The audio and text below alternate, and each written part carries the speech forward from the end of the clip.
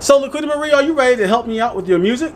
Sure, how else will we help you out in the story? You'll also help me out whenever I say the words Mr. Owl said hoot hoot. They all shall say, Aw, tweet tweet. Let's show them how it goes. Mr. Owl said hoot hoot. Aw, tweet tweet. Mr. Owl said hoot hoot. Aw, tweet tweet.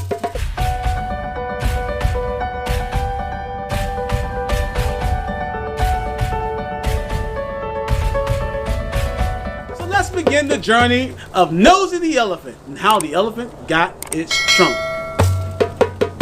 Long ago on the Great Plains of Africa, there once was a time when the mighty elephant herd looked a lot different than they do today. They still had big floppy ears, long sharp tusks, and gigantic bodies.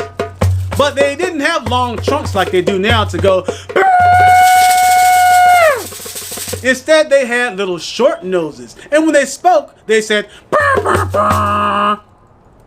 Nosey the elephant was a baby elephant. And Nosey was always asking lots of questions from his elephant aunties and uncles and his mother.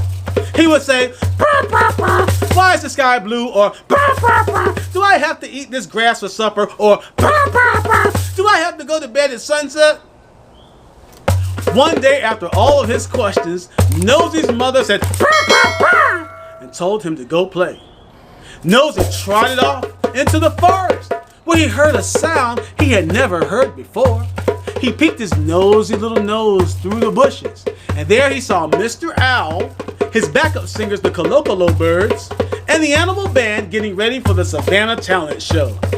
The hippopotamus was there stomping her foot to keep the rhythm. Stomp with me. The gorilla pounded his chest.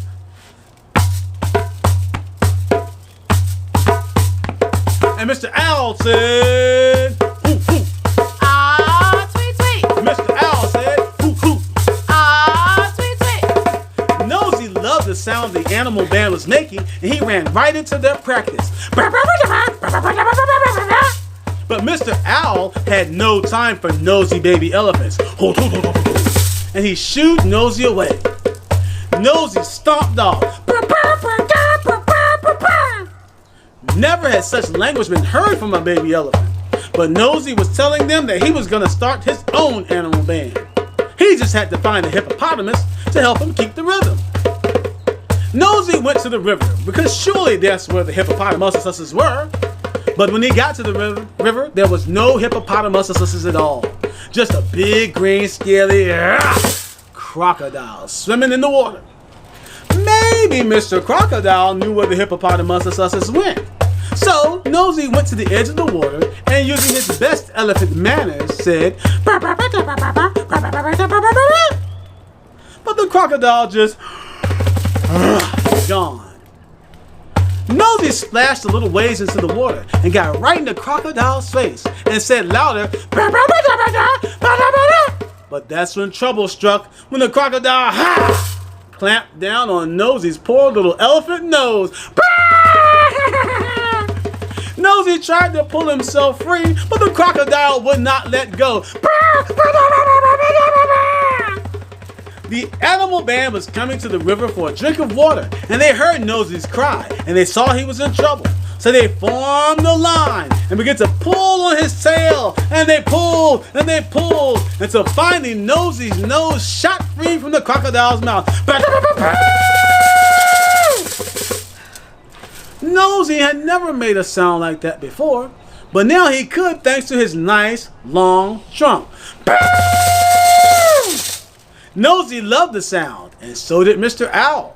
So that night at the Savannah Talent Show, the hippopotamus kept her rhythm with the foot stomp. Stomp with me.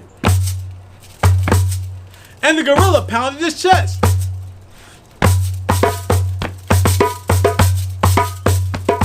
And Nosey the elephant was the new trumpet player for Mr. Owl's band.